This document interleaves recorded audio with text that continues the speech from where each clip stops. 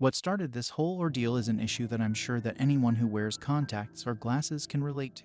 I've had the same eye prescription since I was 13 years old. It literally has not fluctuated on every year since my release. I've had to go through the same crap. It goes something like this. Take a day off from work, see the optometrist, have my eyes dilated, be told my prescription has not changed even a fraction of a point, and then pray I survive the drive home with my weird, light-sensitive eyes. I also usually end up getting a migraine from the dilation.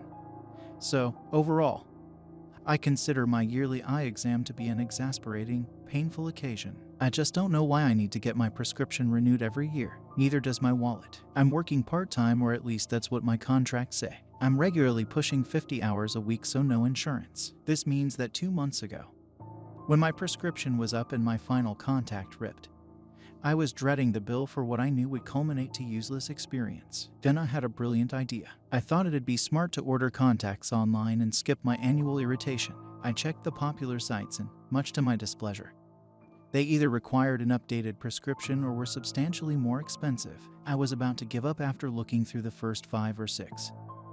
But then I found a seller who seemed perfect. Feels33ing.com. They had my brand for about $20 cheaper than I usually pay and advertised next day shipping.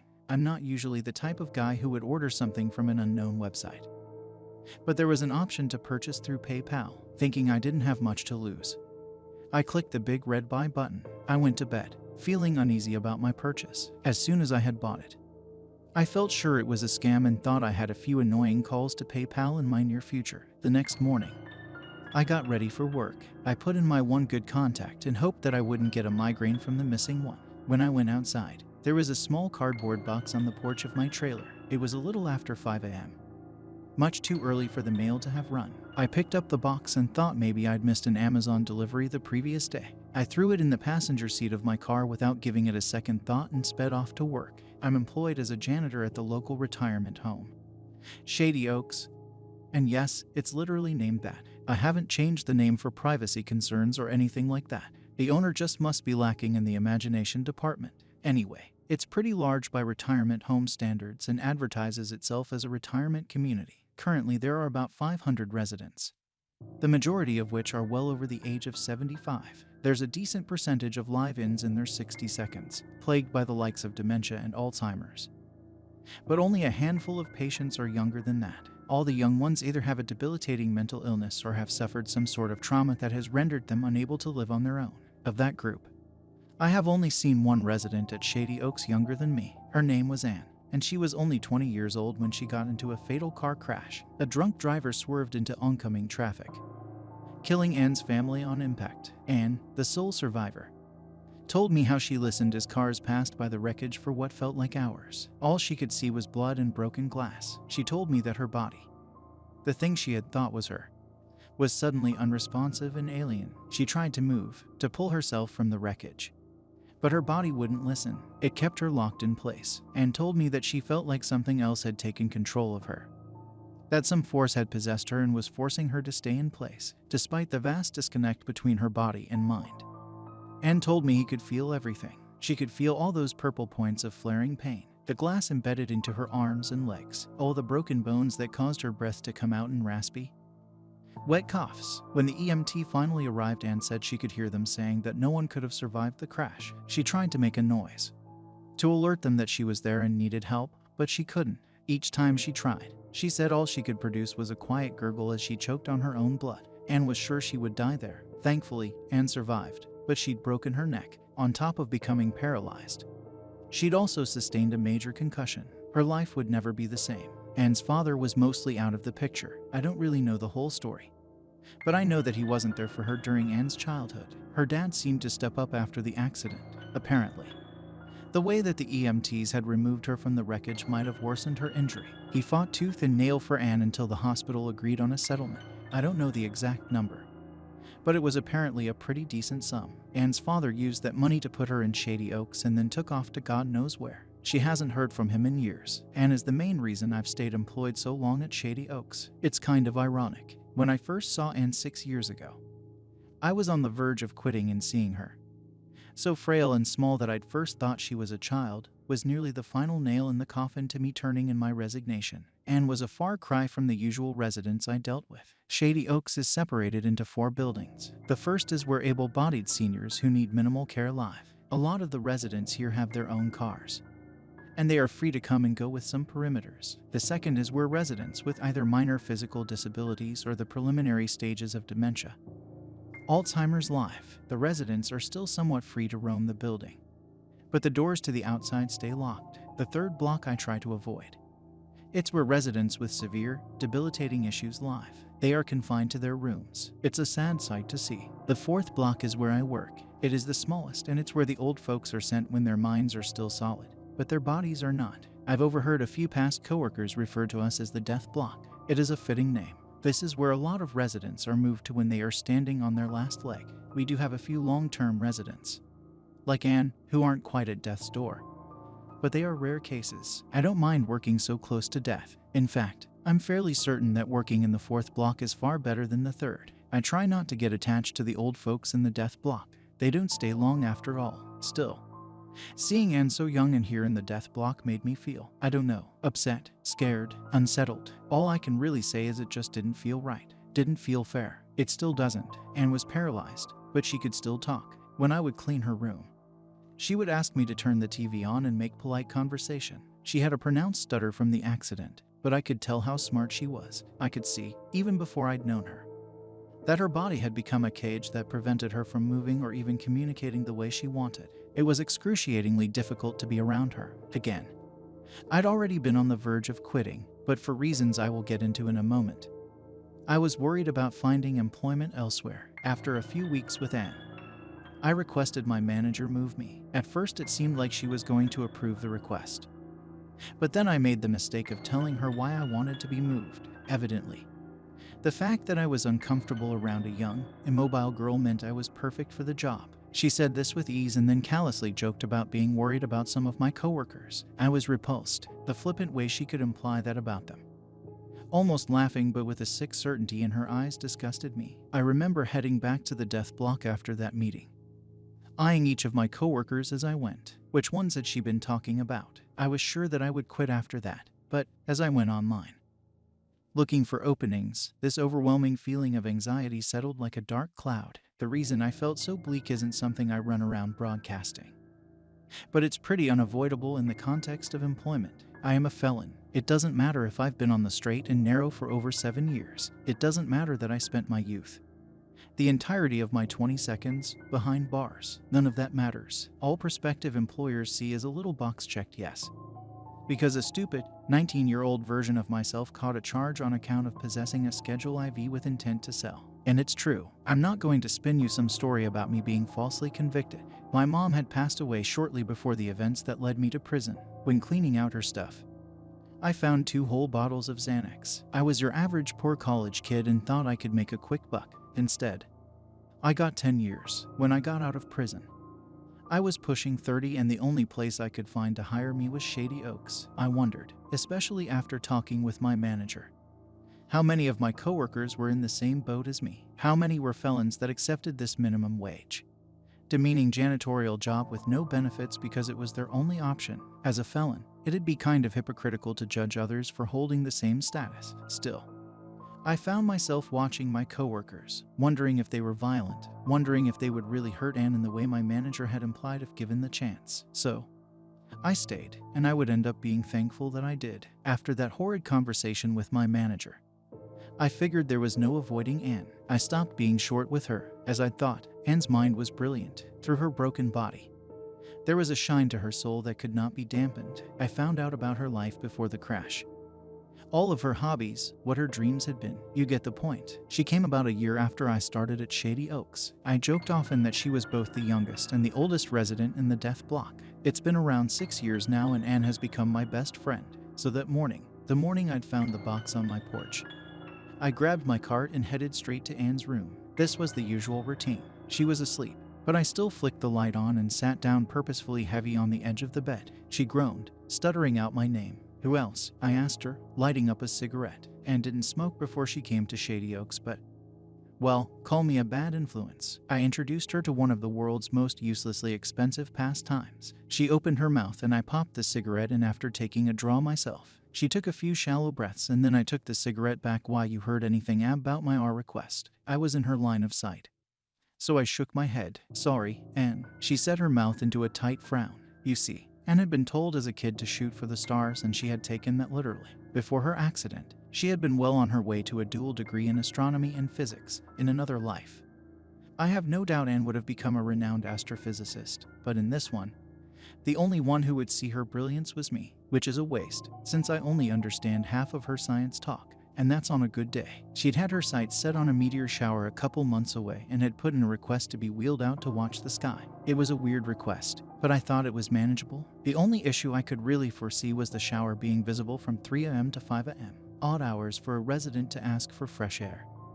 But I had hoped that they would grant her this one thing, since she rarely asked for much. After her initial disappointment had passed, we got to talking as usual. We smoked another cigarette, not really saying anything too substantial until I'd remembered the box on my porch. I'd joked about my Amazon addiction, not even remembering what I'd ordered, and Anne had a strange look. USS said you ordered CCC. Context: she doesn't like when I finish her sentences. But I'd already been in her room for half an hour. If I stayed much longer, someone was bound to come searching. Well, yeah, but next day shipping isn't that fast. Anne rolled her eyes, just as saying, I'll come back on my lunch break and prove you wrong. So, with those words, I grabbed my card and set out on my cleaning route. I went about my day until about noon, then clocked out, retrieving the box and my lunch before going back to Anne's room. Interestingly, there was no shipping label on the cardboard. It was perfectly blank, not Amazon. I thought to myself as I walked to her room after I had befriended Anne. I started eating lunch with her as opposed to in my car. Eating with her is something I now realize I took for granted. Just having someone to talk to as you have a meal. It's not something you really think about until you don't have it anymore. Starting to think this is a prank. I told Anne as I grabbed the fold-out TV tray from behind the door. The B box. I nodded. Sitting at the edge of your bed. There's no shipping label, and someone really overdid it with the tape. Could be the neighborhood kids. Maybe they shoved a dead bird in a box or something. That's your first thought. Trailer park kids are weird, man. I told her as I clawed at the tape on the box. Wow, they really didn't want me getting into this. You want me to help? She asked, sarcastically, finally getting one of my short fingernails under the tape. I ripped it open and out fell contacts. What is it? I groaned exaggeratedly. Well, you were right. It's my contacts. Still weird that it came so early and there's no shipping label. Trailer park kids. I just frowned and said, maybe. I examined the box, trying to see if there was any indication it had been tampered with. But the cardboard was smooth and unmarred. I knew from the tape that it had been sealed well. Well, whatever, I said, standing up. I'm going to go put in the new lenses. I went to Anne's bathroom. Each of the rooms on Death Block have a small one attached. But of course Anne's is perfectly clean. She can't really use it. I washed my hands in the sink and then tore open the box. The packaging looked exactly like my brand, as did the inside. I opened up one of the contacts and rubbed it between my forefinger and thumb. It felt the same. I looked into the mirror and popped the contact directly onto my pupil, half expecting it to burn. My eyes were watering up. I glanced up, down, and then blinked to ensure the contact sat correctly. When I opened my eyes, I could see normally. I discarded my old contact into the sink and popped a fresh one into the other eye as well. I grinned at my reflection, thinking that I'd finally found a way to circumvent my annual eye exam. I left the bathroom to deliver the good news to Anne, but she wasn't there anymore, especially after befriending her. My manager's words have echoed through my mind. I've always been worried about one of my coworkers sneaking in and hurting her. I mean, if I can spend hours in her room without anyone questioning or really even noticing, what's stopping someone with bad intentions from doing the same? Anne, I called her name. SC scammed. She replied at once, the sound of her voice emanating from her empty bed. When I looked closer, I could see the indentation of a head on the pillow, of the sheets wrinkling under the weight of something unseen. I took a step forward, and there Anne was. Her pale skin was translucent. I saw the white of the bedsheet more than I saw her. Being very eloquent with words, I said, holy shit. I remember thinking, is this from the contacts? I mean, it had to be, right? One moment I see Anne normal. Then I put in some new contacts, and she suddenly goes transparent. Anne was starting to panic, asking questions that I vaguely registered to be about burning and blindness. She thought I'd hurt my eyes or something. I don't know why I didn't tell her what I saw. Maybe if I would have said something, I could have prevented what was coming. I saw the alarm in her near see-through face.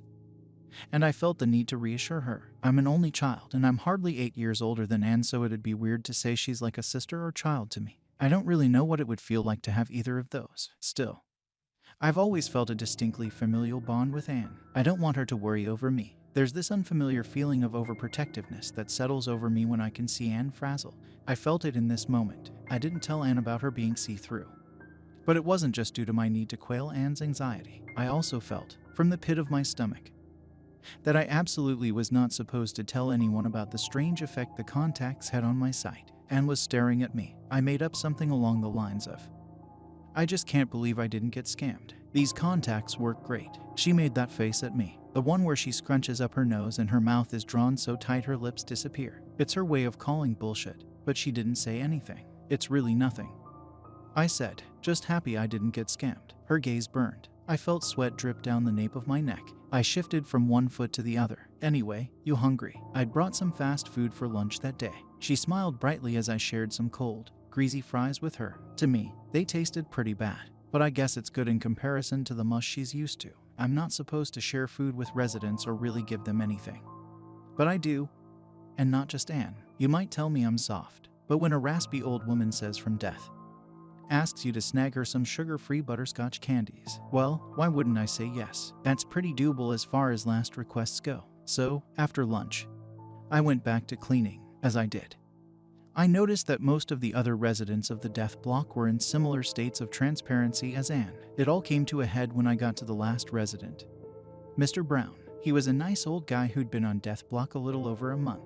Telling stories was his thing and I enjoyed listening. Mr. Brown's room appeared to be empty when I entered. He'd been in horrid health the day before, and when I'd seen the empty bed, I'd thought the worst. I began sweeping the corners until I heard somebody quietly pass gas. "Sorry, boy," Mr. Brown's voice grumbled. "Was trying to hold that in until after you left." I looked all around. No one else was in the room. Well, if it smells that bad. My attention was drawn to the bedside chair. There was an indentation in the fabric as if someone was sitting there. No need to look for an exit. Just open the window and come back after. There was a hacking cough. After it. Air's out. "Sorry, sir," I said, looking at the chair. "I just didn't see you there at first." He made a noise of understanding. "Yeah, I'm wasting away. My arms ain't been this skinny since I was a boy." He coughed again. "Son," he said shakily. This time when he coughed, a spray of mucus red erupted from nowhere and painted the floor. "I think I need a nurse." Immediately I hit the button on the side of his bed and then sprinted to the front desk,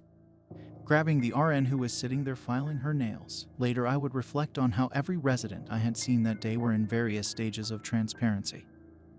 But the nurses all seemed perfectly opaque. I'd think about all that later.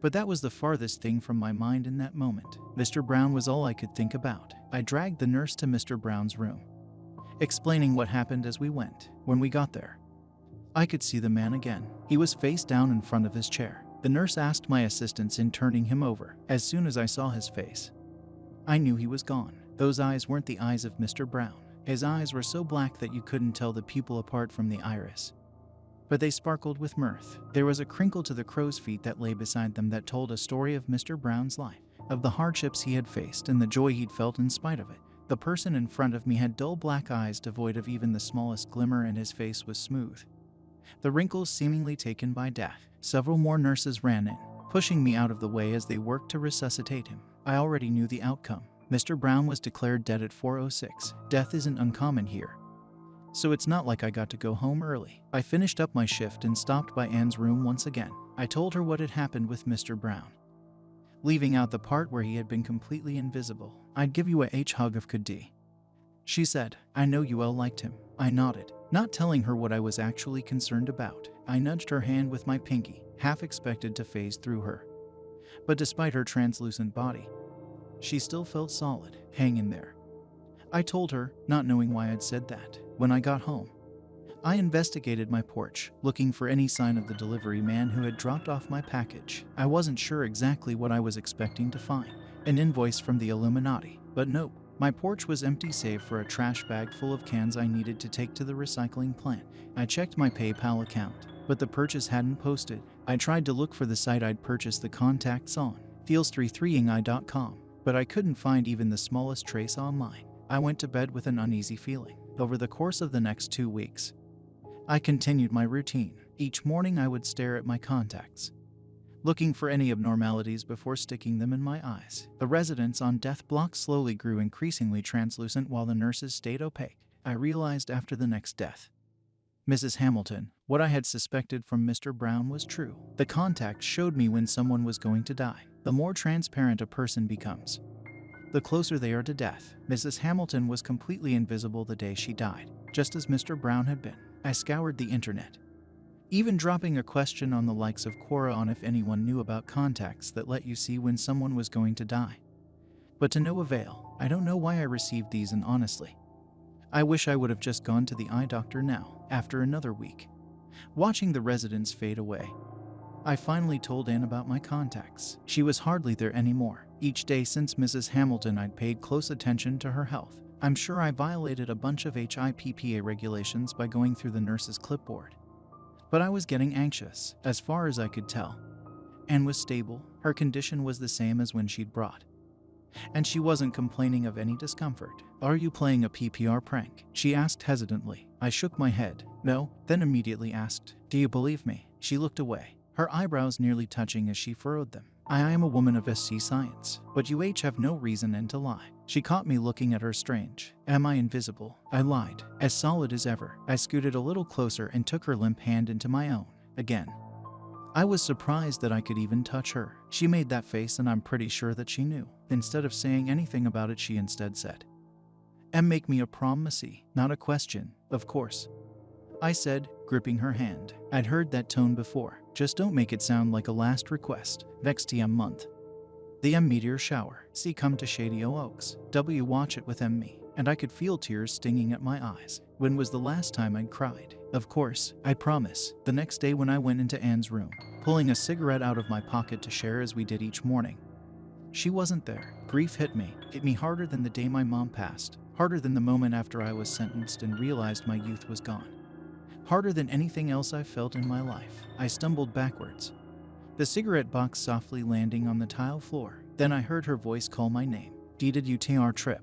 And I felt tears rolling down my face. "Anne," I shouted, "you're here." I practically leapt to the bed in one step, other than some wrinkles on the sheets. There was hardly any indication that Anne could be there. Of course, I reached forward and felt that.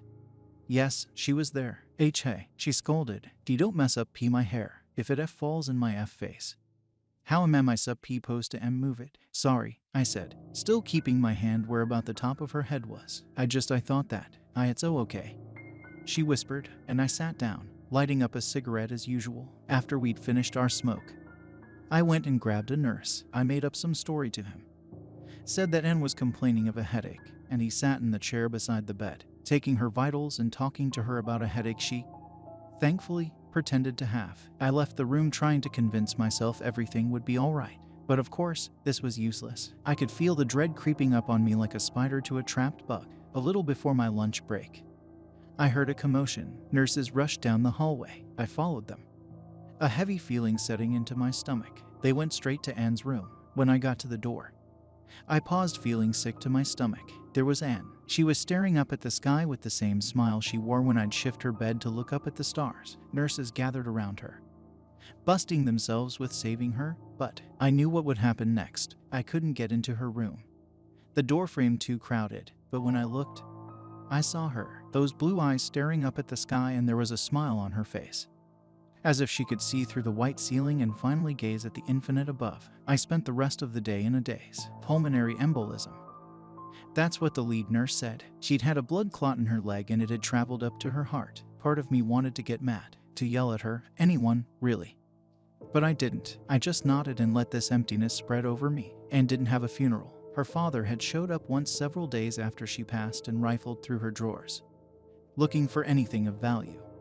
But Anne didn't have much. As he was leaving, I was outside smoking. I watched as the first stars of the evening appeared. This was 2 weeks ago. I don't know why I called out to him. I couldn't even be sure he was Anne's father. "Where'd you put her?" is all I asked. He wheeled around, an upset look on his face. "Are you talking to me?" I put my cigarette out, taking a step towards the man. "Where'd you put Anne?" "I'd like to visit her grave." He just dogged in response, about to sidestep me, but moved to stay in front of him. "Grave?" he scoffed. "Do you think she left enough to afford that? You want her so bad? Come on." I followed the man to his car. I realized I didn't even know his name. Surely, Anne had mentioned it at some point, but I'd forgotten. Now didn't seem like a good time to ask, after rooting around in the back seat.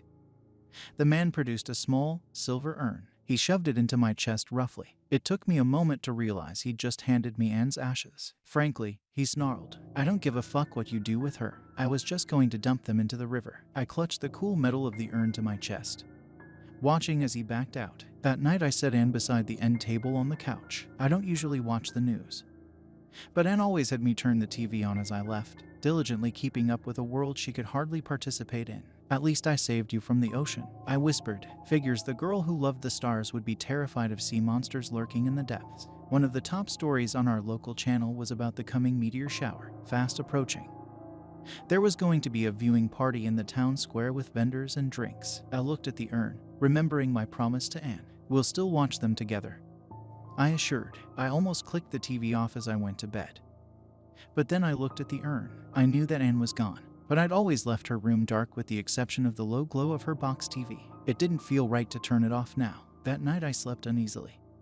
I kept waking up to find my body shaking, sobs wrenching their way out of my throat and my face wet from tears and sweat. The thought that I could have prevented this was prevalent. I kept denying what I saw. If I would have told someone, maybe they would have caught the blood clot before it came free from her leg. Maybe Anne would still be here. This kept me awake until my alarm clock went off, out of habit. I'd hit snooze, but I got up. I went to the bathroom and the person looking back at me from the mirror was a sad sight. He was all puffy eyes and chin stubble. I'd been wearing the same pair of contacts for about a month and a half. The brand I buy are monthlies, but I usually stretch them out to last at least 2 months. They weren't ripped. There was nothing wrong with the contacts. No reason why I shouldn't wear them, but I dumped them. When I opened the contact box to get a new pair, I noticed that a scrap of paper at the bottom. I wasn't sure if it had been there before or not. I took the paper out and it had a date on it. Nothing more. The date was marked less 2 weeks away. Today's date. I folded the paper, placing it in the pocket of my scrubs, and tore open the new contacts. At work, I clocked in, gathered my cleaning supplies and cart, and then I went to Anne's room. I was moving on autopilot, thumbing the cigarette box in my pocket. But then I opened the door to an empty room. "Oh," was all I could say. Still, I went in and sat on her bed, instead of perching on edge. I lay down. It was uncomfortable, the mattress a little too hard even by my standards. But the pillow was nice. It smelled like cigarettes and the vanilla shampoo Anne used. I lit a smoke, staring at the popcorn ceiling above. Anne had lain like this for over 5 years. Sure, sometimes they'd roll her outside if she requested and there was a TV she could see if propped up. But this ceiling, I wondered how many hours she had spent staring up at it. I don't know when I fell asleep, but I woke up to the cherry of my cigarette dropping onto my collarbone. I immediately shot up and shouted out a couple profanities, patting out the burning ash. This attracted the attention of a nurse, the same one I'd asked to watch Anne days prior. When he walked in, I thought I might yell at him, blame him for what happened, but I couldn't. It was my fault. Also, the guy was translucent. He looked about the same as Anne did when I'd first put the contacts in. At this point, I had to be honest with myself about the strange ability the contacts possessed. They let me see when a person was going to die. I don't know how, but they do. This man that stood before me, I knew he couldn't have more than a month left if he was lucky. "You were close to her?" he asked, and I could see that look in his eyes. It was the same one I saw in my reflection. He felt guilty. "Yeah," I said, taking the ashtray from the drawer in Anne's nightstand. I snuffed out my cigarette. "You know, she could tell you where all the constellations were, even if she hadn't been outside in a year. Even if it was daytime, she just knew." He faltered in the doorway, looking backwards, but then he came inside, shutting the door behind him. He sat on the edge of the bed. He rested his elbows on his lap and tangled his hands into his hair. Suddenly it struck me how young this kid looked. He was broad-shouldered, but his face was unlined and youthful. He must have just gotten out of college. For a moment, I thought he was going to cry. "How?" he asked, voice cracking. "How did you know?" I stayed quiet. "She wouldn't have had a headache from the clot, and when you left." He trailed off. "When you left, she said her head didn't really hurt, that you were just worried." I got up to leave, and then, "There was nothing you could have done," I told him, patting him on the shoulder. And I knew it was true in the same way Anne knew the constellations. "There was nothing you could have done." He looked up at me, and through his wide eyes I could see the bed and the tile beneath the floor. "Look," I said, "don't blame yourself for what happened. I think you need to take some time off. Go be with your family. You never know how much time you have left." Maybe I should have said more, But those words felt right as they left my throat. The nurse didn't smile, but the corners of his lips twitched. Anyway, I've got to get to work before someone notices how long my break has gone on. I switched the TV on, out of habit, and said, "The morning news should be on in a few minutes." Then I went about my day. As I did so, I started to wonder about my new contacts. The reason being that every single soul I encountered was translucent. Every person, regardless of if they were a resident or staff, was as see-through as the nurse I'd talked with earlier. I looked at my own hand. I still appeared solid. Over the course of the week, everyone slowly faded until today. Today, when I went to work, I didn't see a single person. Everyone was there. I heard them. Some especially loud nurses chatting excitedly about the meteor shower happening tonight, but none of them were visible. I did my job as well as I normally do, stopping by Anne's room at the end of my shift to smoke a cigarette. When I got off, I went to the grocery store. There were aisles and aisles full of noise, but completely empty. Carts seemed to roll themselves, and bags of chips and cookies floated. The baskets and carts were filled with items like beer, hot dogs, frozen pizzas, and sandwich meat. As I walked through, I overheard people buzzing with excitement about the meteor shower. Children were excited to break their curfew. Adults were hoping they'd be able to stay awake long enough to see it after a hard day of work. I listened in, feeling as if I was hearing a conversation between ghosts. When I got to the bread aisle, I noticed an old woman. She was the first person I'd actually seen the entire day. Without thinking, I approached her. "What are you doing here?" I demanded. She looked up at me with fear candidly shining behind her Coke bottle glasses. I realized that, as a large man who reeks of cigarettes and cleaning chemicals, it's not exactly socially acceptable for me to suddenly stomp over to an elderly woman and demand things of her. "Sorry," I said. "I just thought, you look so much like my grandma. I had a long day and well, sorry." The tension in her shoulders relaxed a little. "You were reaching for this, weren't you?" I asked as I grabbed one of the loaves from the top shelf for her. She inspected the best by date carefully and then smiled up at me. "Thank you." She added the loaf to her basket. "The top shelves always have the freshest food. It's no problem." I smiled. She was about to turn away, but I needed to know why. I could see her, but no one else. "So, are you getting ready for the meteor shower party tonight, too?" She eyed me suspiciously. All I had in my basket was a 6-pack of cheap beer and some pizza rolls. I don't know what those items say about me, but for a single man in his late mid-30s, I assume it doesn't say upstanding citizen. Still, she smiled. "No, I have to catch a flight in."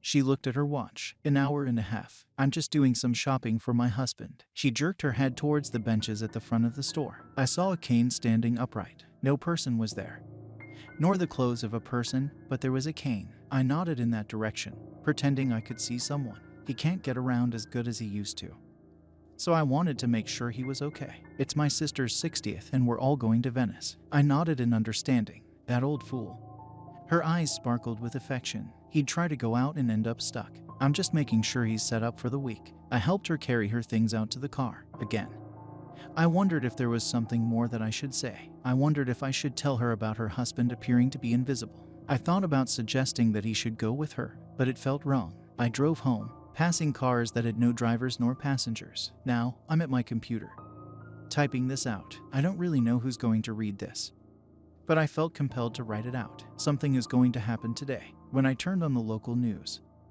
they were talking about tonight's meteor shower. They had shots of vendors setting up booths and people donning shirts with sparkling stars. Interestingly, the contacts don't work over camera. I discovered that even through the lens of my camera, I could see people as they were, solid. The news cut to the meteorologist who commented on the meteor story. "Folks, isn't it amazing how our atmosphere protects us? If it wasn't there, the space debris that's going to create a beautiful light show for us tonight would instead be terrifying. Now, onto the weather." And suddenly it clicked. Maybe this wouldn't be an extinction level event. The little old lady from the grocery store was proof that at least some would survive. But the reason why everyone was invisible wasn't because these new contacts were different from the last pair. They were still showing me when people were going to die. It was just that everyone was about to go. Well, everyone in town at least. I wondered if there was anything I could do, if there was any warning I could send that would save them. And, well, even if there was a way I could evacuate my whole city, maybe my entire state, even if people listened to me. The thought of trying to do so left a sour taste in my mouth. It felt like going against fate. It's nearly midnight as I type this out. The meteor shower will start in just a few hours. I could get in my car, pick a direction, and speed away. I might even get away from whatever is coming next. But I made a promise to Anne. After I post this, I'm going to take my 6-pack, place Anne's urn in the passenger seat of my car, and then drive to Shady Oaks. I'll sit on the trunk of my car with Anne beside me and we'll share a cigarette just like we always do. I'll look up at the sky, waiting for the meteor shower to start.